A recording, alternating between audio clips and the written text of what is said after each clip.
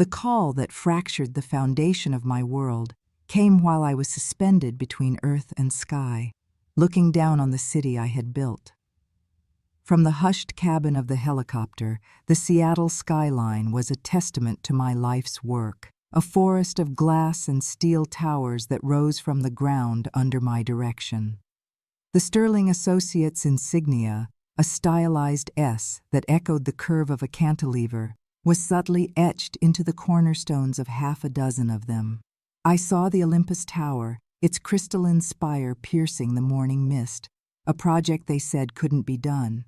I saw the Cascade Center, its terraced gardens cascading down its sides like a concrete waterfall, my answer to the soulless glass boxes that had begun to dominate the city.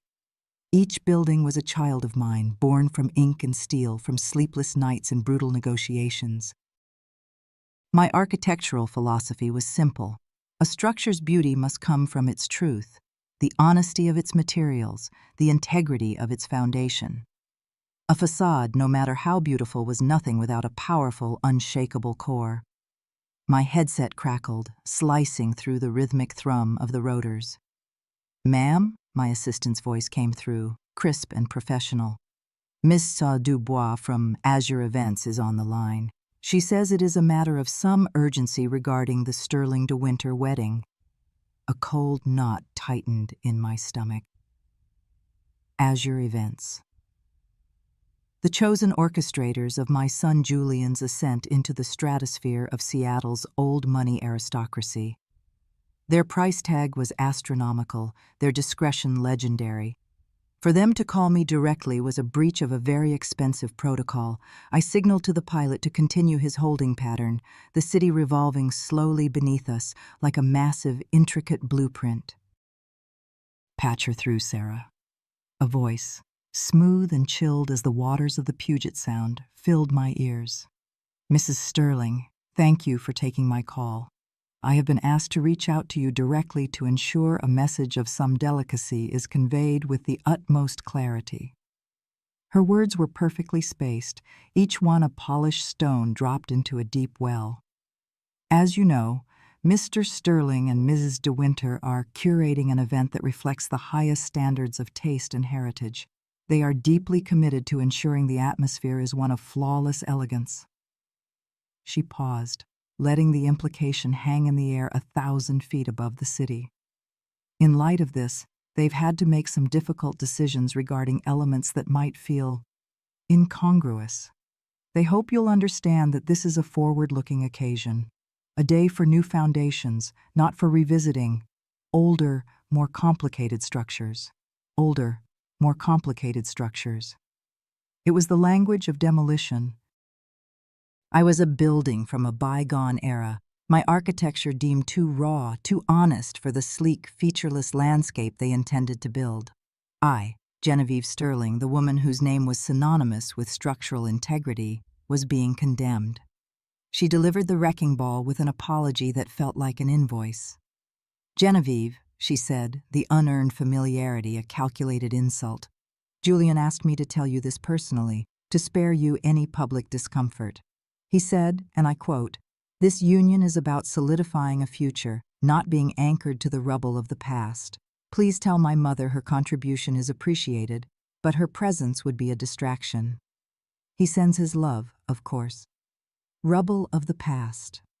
The words hit with the force of a physical impact, the pressure in the cabin suddenly immense.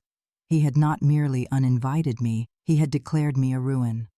The son for whom I had laid every brick of this life had just signed my demolition permit. I took a deep, shuddering breath, the sanitized air of the helicopter feeling thin and useless. "I see," I said, my voice a dead calm that I did not recognize as my own. "Thank you for your clarity, Ms. Dubois." I cut the connection and stared down at the Olympus Tower, my tower, glinting in the sun. From this height, I could see its foundations, the massive concrete and steel piers plunging deep into the bedrock. I had overseen their pouring myself, standing in the mud and rain, because I knew that a skyscraper is only as strong as its deepest, most hidden point. Julian had forgotten that.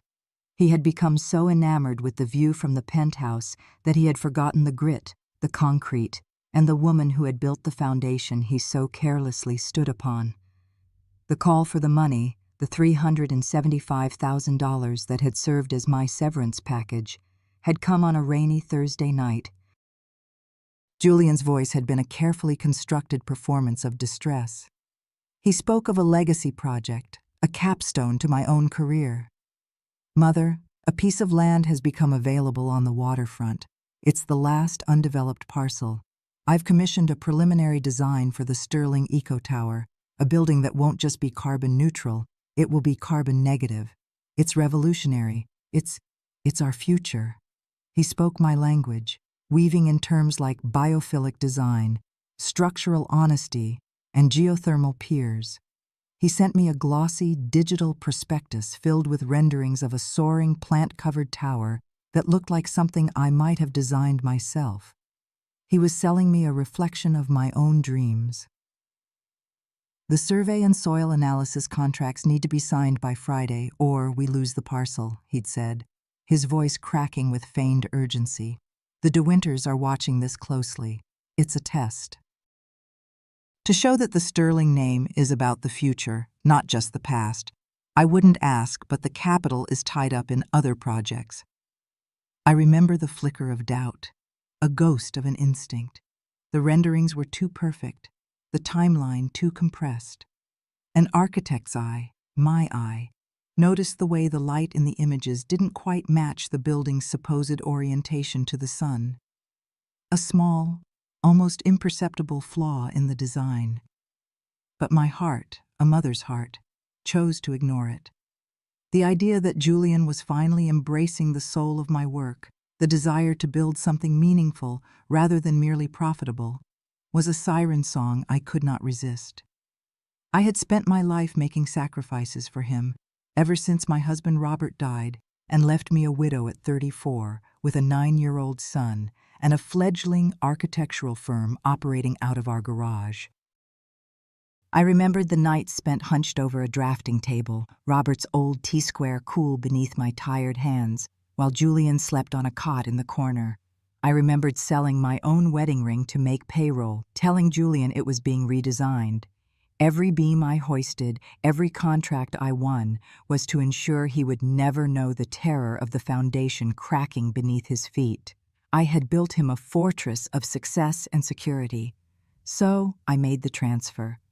The money came from a trust I had established with the profits from the Olympus Tower project, a fund I had named the Robert Sterling Legacy Grant, intended to fund scholarships for underprivileged architecture students. I had betrayed my own legacy, I realized now, to fund the facade of his. The bank confirmation email arrived with its sterile, digital finality. I had just purchased the most expensive wedding ticket in history for a seat that I was never meant to occupy. The knowledge of the fraud did not come from an assistant's discovery. It came from a deeper, more painful place. After the call in the helicopter, a profound and terrible silence had descended upon my life. I walked through the halls of my minimalist waterfront home, a place I had designed as a sanctuary of light and peace, but it now felt like a mausoleum. The floor-to-ceiling windows that framed the spectacular views of the Sound now felt like the cold, unblinking eyes of a world that had witnessed my humiliation. It was in this state of quiet desolation that I had a visitor. A young woman named Cora appeared at my door, unannounced. She was an architectural history student from the University of Washington, and she was doing her thesis on my early pre-fame work. She carried a roll of original blueprints aged to the color of old ivory. They were for a small pro bono project I had done decades ago, a community center in a forgotten, struggling neighborhood, the first project I completed after Robert's death. "I found these in the city archives, Mrs. Sterling," she'd said, her eyes alight with a genuine scholarly passion. "No one's written about this building, but it's perfect. The way you used the reclaimed timber, the passive solar design, it's not about ego. It's about creating a space that serves the people who use it. It's honest." We spent the afternoon in my study, surrounded by books and architectural models, talking about integrity and purpose. She spoke of how that small, forgotten building had become the heart of its community. She saw a truth in my work that my own son had never bothered to look for. Before she left, I asked her about her own story. She told me she was an orphan, raised in the foster system, and that it was the thoughtful design of a state-run library that had sparked her love for architecture, a space that made her feel safe and seen. There was a quiet strength about her, a resilience I recognized in myself. I felt a connection to her, a sense of shared foundation that transcended blood. It was our conversation about honesty that prompted me to make the call. The next morning, I contacted the Seattle Department of Planning and Development, and then the city's top geological surveying firm, the one Julian had named in his prospectus. Neither had any record of a proposed eco-tower project. The parcel of land he had described was a protected marine habitat. The entire structure of his story was a fabrication, a phantom building with no foundation. The $375,000 had been wired, I soon discovered, directly to Azure Events, with a memo line that read, "Floral and Couture budget." He had not just lied. He had taken the money I set aside to honor his father's memory and used it to buy flowers and a dress. The cruelty of it was breathtaking in its precision.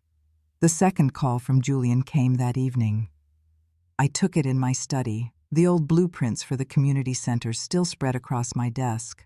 Cora had returned to ask a follow-up question and was sitting quietly in an armchair by the fire. I put the phone on speaker. "I just got off the phone with Isabel's father," he seethed. "He heard a rumor that the venue has been put on hold." "What did you do?" "I have taken control of my assets, Julian," I said, my voice betraying no emotion. "Your assets!" he shrieked, his voice rising to an ugly, incredulous pitch. "This is my wedding, my life. You have no right." "You're just a bitter old woman who can't stand to see me happy, to see me become my own man. You're just the baggage, remember, the complicated, ugly structure that had to be torn down to make way for something beautiful." He was shouting now, the words tumbling out in a torrent of long, festering resentment. "You and your obsession with honest materials and solid foundations. You're a relic, Mother. This is a new world. It's about image, about the brand, something you would never understand." Cora flinched, a small, involuntary movement. I remained perfectly still. I let him finish his tirade, a storm of insults that revealed not my flaws, but the profound emptiness at his core. When he was done, panting into the phone, I spoke a single sentence. "The brand you're so concerned with, Julian, is my name, and you are no longer authorized to use it." I disconnected the call. Cora looked at me, her eyes wide with a mixture of horror and something else, something I recognized as fierce, protective loyalty. In that moment, the future began to pivot. The old blueprint was no longer viable. It was time to draw a new one. My deconstruction of his world was not an act of emotional rage. It was an architectural inevitability. A structure built on a fraudulent foundation is doomed to collapse. I simply expedited the process. My first call was to the manager of the Seattle Grand Atrium, the stunning glass conservatory I had designed a decade ago, and the venue for the wedding. "Michael," I said, "I am invoking Clause 17B of the venue charter. The Sterling de Winter event is canceled. My team will be in touch regarding the logistics of refunding the other stakeholders." He did not question it. He owned the atrium, but my holding company owned the land beneath it. My next call was to the celebrated chef, a man whose first restaurant I had designed pro bono when he was an unknown talent. "Antoine," I said, "your contract for the de Winter wedding has been dissolved by the primary benefactor. You will be compensated for your time." My third call was to the jeweler who was crafting Cordelia's wedding band, a man who sourced the flawless diamonds for my high-end watch collection. Each call was quiet, precise, and final. I was not destroying my son's wedding. I was dismantling an unsafe structure built with stolen materials on compromised ground. The pièce de résistance was the conversation with Ms. Dubois at Azure Events. She called me, her voice a frantic, unrecognizable squeak. "Mrs. Sterling, everything is unraveling. Your name is being cited everywhere. You have no authority." "On the contrary, Ms. Dubois," I said, calmly swirling the brandy in my glass. "I have all the authority. You see, when you planned this wedding, you booked my buildings, my chefs, my florists, my musicians. You moved pieces around on a board that I own. You thought you were serving the interests of your client, Mr. Sterling. But you and he forgot a fundamental rule of architecture. You must always respect the foundation. And the foundation, Miss Dubois, has just rescinded its support." That night, I went into my husband's old study. From a locked drawer, I removed the thick vellum document that represented Julian's inheritance, a 40% controlling stake in Sterling Associates, to be transferred to him upon his 30th birthday. I did not rip it. That felt too emotional, too theatrical. Instead, I fed it, page by page, into the office shredder. The sound was a quiet, mechanical whir, the sound of a legacy being unwritten, of a blueprint being irrevocably erased. The resulting confetti of my son's future fell like snow into the wastebasket. The confrontation, when it came, was not a storm, but a cold, miserable drizzle. Julian, Cordelia, and her parents met me in the boardroom at the top of the Olympus Tower. The view of the city, my city, was spectacular. They spoke of public humiliation, of breached social contracts, of the De Winter name being tarnished. I listened without interruption. When they were finished, I walked to the window. "Look down there," I said, my voice quiet. "Every light you see is a home, a business, a dream. They are held up by structures of steel and concrete, yes, but also of trust and integrity. What you call a social contract, I call a foundation. Julian did not just lie to me. He compromised the foundation of this family and of this company by committing fraud. He used my name to build a facade, and I will not have the Sterling name associated with a structure that is fundamentally unsound." I turned back to them. "The $375,000 will be repaid. You will sell whatever you must, but it will be returned to the scholarship fund from which it was stolen. As for the wedding, consider it a failed project. The plans were flawed from the beginning." I looked at my son, seeing not a man, but a hollow, desperate boy. "You wanted a future without me, Julian. You now have it. The Sterling name and all its assets are no longer a part of your structural support. I suggest you find out, for the first time in your life, if you can stand on your own." In the months that followed, Julian and the De Winters faded into the quiet ignominy that befalls those who fly too close to the sun on borrowed wings. I, on the other hand, began to build something new.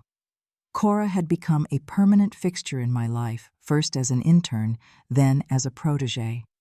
She possessed an intuitive understanding of architectural integrity that could not be taught. She saw the soul in a building, the story in its bones. I did not give her Julian's inheritance. That felt like replacing one faulty component with another. Instead, I made her a junior partner in a new venture. We established the Foundation Project, a non-profit wing of my firm. With an initial endowment of $10 million, our mission was to design and build beautiful, functional, and honest spaces for communities that architecture had forgotten. Homeless shelters, women's centers, public libraries, and schools. We would build things that mattered. Our first project was a new community center, built on the hallowed ground of the old one Cora had first shown me, which had since fallen into disrepair. The design was a collaboration, a fusion of my experienced hand and her fresh vision. It was a structure of reclaimed timber, rammed earth, and glass, a building that seemed to rise from the earth itself, honest and strong. The final scene of my old life, and the first of my new one, took place not in a boardroom, but at a dusty construction site. I stood with Cora, looking over the newly laid foundation of our building. The steel rebar crisscrossed in the afternoon sun, a skeleton of immense strength, ready to support something beautiful. Cora unrolled a set of blueprints on the hood of my car, her hands smudged with dirt. "The load-bearing walls are here," she said, tracing a line with her finger. "The core is solid." I looked at her, at the passion and integrity shining in her eyes, and I felt a sense of peace I hadn't known in 30 years. Julian had been the soaring, dramatic spire I had built to impress the world. But Cora, she was the foundation, unseen, unglamorous, but utterly essential. She was the truth of the structure. "It is," I said, placing my hand over hers on the blueprint. "It is unshakable. I had lost a son, but I had found a successor, not of my name, but of my values." The legacy of Genevieve Sterling would not be written in the height of her skyscrapers, but in the strength of her foundations, the ones built not of steel and glass, but of purpose, integrity, and the quiet, revolutionary act of building something honest in a world of beautiful facades. And that was a legacy that could never be torn down.